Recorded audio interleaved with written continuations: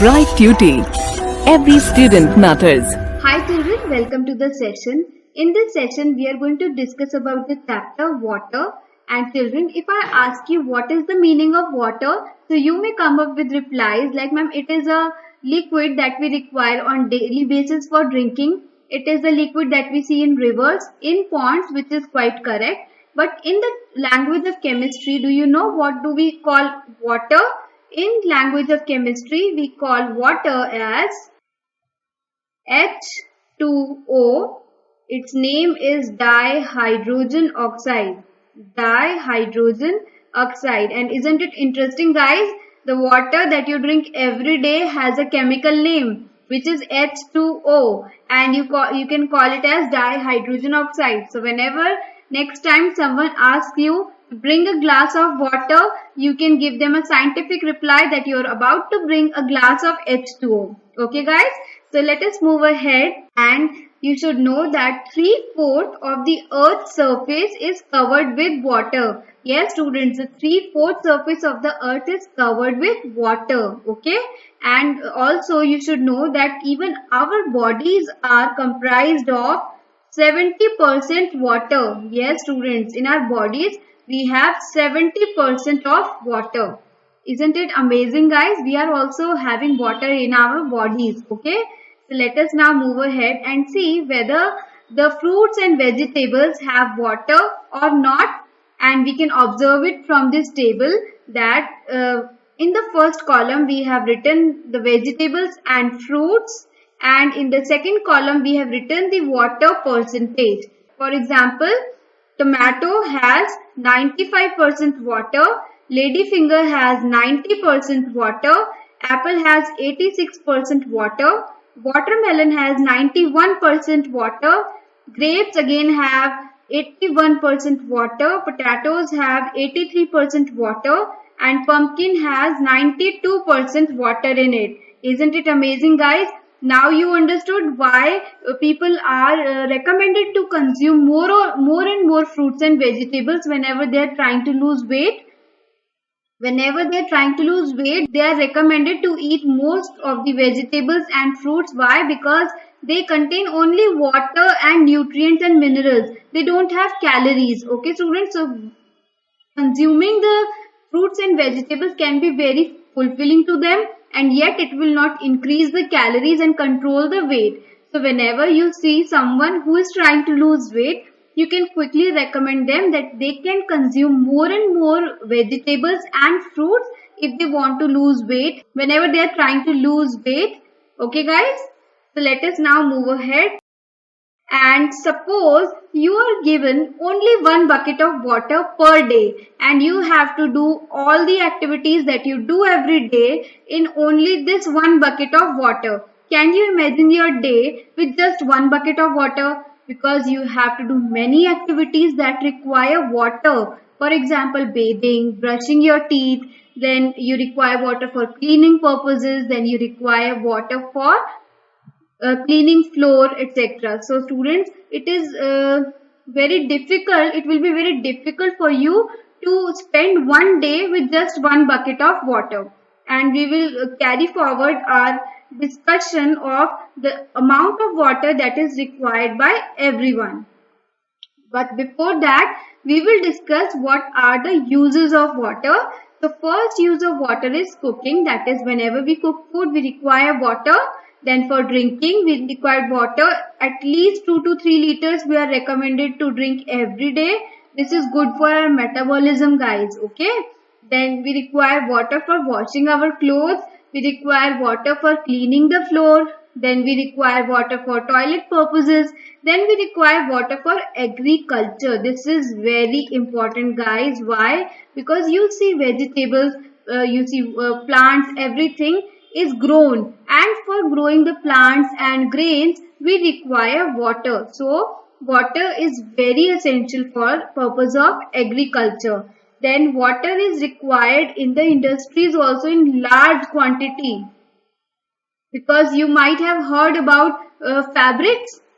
Whenever we are dyeing the fabric or whenever we are making the fabric, a lot of water is required guys. So there are a number of industries that require water. Okay. So let us now move ahead to the next use, where we use water to obtain hydroelectricity. Okay. So first we need to understand what is hydroelectricity. So children, electricity is the power supply that you get in your houses, because of which you are able to switch on the lights, your fans, your table fans, you are able to charge your mobile phones, your laptops, every gadget is working on electricity. And from where do we get this electricity? This electricity is produced by water. And you will ask me how. So children, we have large turbines which are having blades like these. These are turbines which are run with heavy flow of water. Water is made to fall on these blades, because of which the blades moves very fast, and because of this we convert this mechanical energy into electrical energy, and this energy which is obtained by using the water to run the large turbines is known as hydroelectricity. Okay guys, so we require water for obtaining hydroelectricity. Okay, so let us now move ahead, and now we will discuss how much water do we use. And this is very interesting activity guys. In this activity what you are going to do is you will make a table like this, as you can observe on the screen. In the first column you will write what are the activities that we are using for water, that we are doing with water. Then in the right column you will write the amount of water used for this purpose.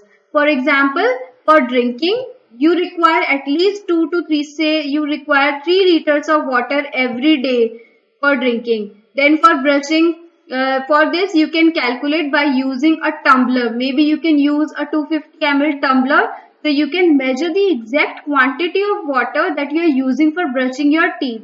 You will observe that how much water you require for bathing. For this you can use a bucket, say a bucket of 10 liters.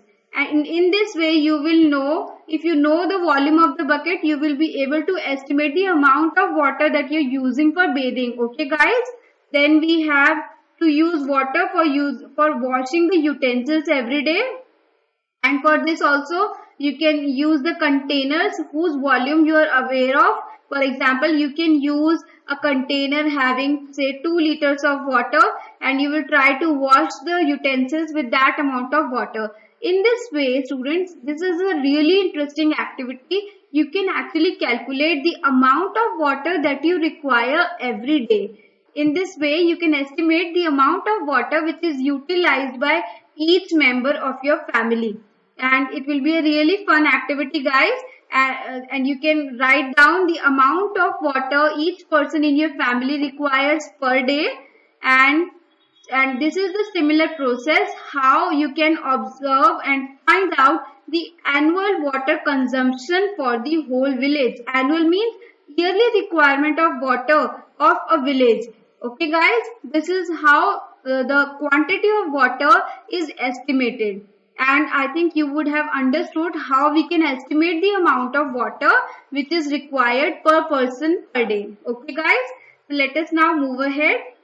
And we have our friend Buju over here. And Buju wants to know, he is wondering whether the people living in different regions of the country get the same amount of water. He wants to know that suppose you are living in a village while some other child is living in the city. Do we get equal amounts of water every day? Or are there regions where people do not get adequate amount of water, and how do they manage? And students, you should know that the water that you're getting in cities, the supply is much better, and there are areas in the country where people have to walk miles and miles just to get a few buckets of water. So we should always use water very carefully, because water is a very essential resource, right children? Because we cannot imagine our day to be spent with just one bucket of water. We need water for day-to-day activities. Almost all of the activity that we do require water, like brushing our teeth, washing our hands several times a day. Then we require water for washing the clothes, cleaning, etc. Okay children, so we should always use the water very carefully. Okay guys, And we have our friend Paheli with us, and she wants to share a fun fact with you guys. We have a fun fact with us, and she wants to tell you that about 2 glasses of water are required to produce a page of the book. So children, isn't it interesting that just one page of the book requires at least 2 glasses of water for its preparation. So we get one more use of the water, which is in the paper industries. In order to manufacture paper, we need water. So children, I hope that you would have understood the concept really well, that what are the areas where we require water, and that water is very essential for our survival, not just humans but all the living organisms and plants. And we should use the water very carefully. Why? Because it is very essential for us. From where do we get water? So you might give me a simple reply that we get water from the taps in our houses, which is quite right. But children, from where does these taps bring water to you? And you can observe this image. We have a tap over here that shows this tap water, and this is supplied to our homes using these pipelines. As you can observe, these pipes coming to the houses, right? So water is supplied to our homes in our taps using the extensive network of pipelines. And children, do you know that from where does these pipelines get water from? We are just about to discuss this, that these pipelines draw water from the sources of water like ponds, lakes, rivers, wells. Okay children, so these are the sources of water which we are about to discuss in just a few seconds. But before that, we have our friend Bujo with us, and he wants you to imagine a situation where there is no supply of water in your taps in your houses. So what you are going to do? You will have to do a lot of hard work just to bring small amount of water, maybe through hand pumps. Okay, maybe you will have to walk several kilometers and go to these hand pumps and draw the water from these hand pumps or from the wells. So children, do you think you will use the same amount of water that you use every day? And I don't think so that you are going to use the same amount of water. Why? Because this water, you have worked really hard to bring this water. So children, we should understand the importance of water in our lives, and think about the people who live in such areas in the country where they have to walk miles and miles just to bring a few buckets of water. Just imagine how difficult their life would be, right? So we should understand the importance of water and use the water very carefully. Now children, we have to understand that what are the different sources of water. So children, we have 3 different sources of water, which can be rain water, that is the water which comes in the form of rain. Then we have surface water, which may be rivers, lakes, etc. Then we have underground water. Underground water is what? The water which we get from hand pumps or the submersible that you might have seen in your houses. So these machines draw the water which is below the ground level. So these are the different sources of water, children. Okay, so I hope that you would have understood this. So let us now move ahead. And you know that most of the surface of earth is covered with water. Okay, but children, the ocean water is not fit for drinking. Do you know the reason why? Because this ocean water contains many salts. It contains many salts, and due to this, it is saline, and it contains so much salt in it that it may taste even bitter.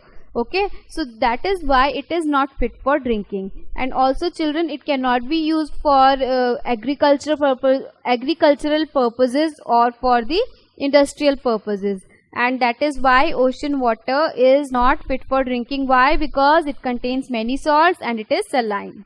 So let us now move ahead. And you might have heard about this poem. You might have heard this, which is Rime of the Ancient Mariner. And it was written by S.T. Coleridge in the year 1798. So what does this poem say? This poem says, water, water everywhere, nor any drop to drink. And what does this depicts? This depicts the situation of the sailor who are lost in the ocean with their ships. So children, they are surrounded by water everywhere, but still they cannot drink a single drop. Why? Because this ocean water is not fit for drinking, right? Is not fit for drinking, right children? So we have understood that ocean water is not fit for drinking. So but children, we are still left with one question, which what is the importance of oceans? One time we are saying that ocean water is not fit for drinking nor it is fit for agriculture. Then we are saying what is the importance of ocean? So children, even though it is not fit for drinking, it is very important to maintain the balance of water on the surface of earth, to balance the water on the surface of earth. Even the supply of water, the kind of supply of water that we are getting today is because of these oceans, which we will study in our next topic, which will be water cycle. So oceans play an important role for maintaining this water cycle, and also it plays an important role as a habitat for aquatic plants and animals. There is a huge diversity of animals and plants that are living under ocean. So children, what all are the things that we have studied in this topic? We have studied from where do we get water in our homes. We get water through taps, and these taps get water from the extensive network of pipelines. These pipelines draw water from different water sources like wells, ocean, underground water, rivers or lakes. Then we have understood why ocean water is not fit for drinking, because it is saline in nature because of the presence of many salts in it. And finally, we have discussed the importance of oceans.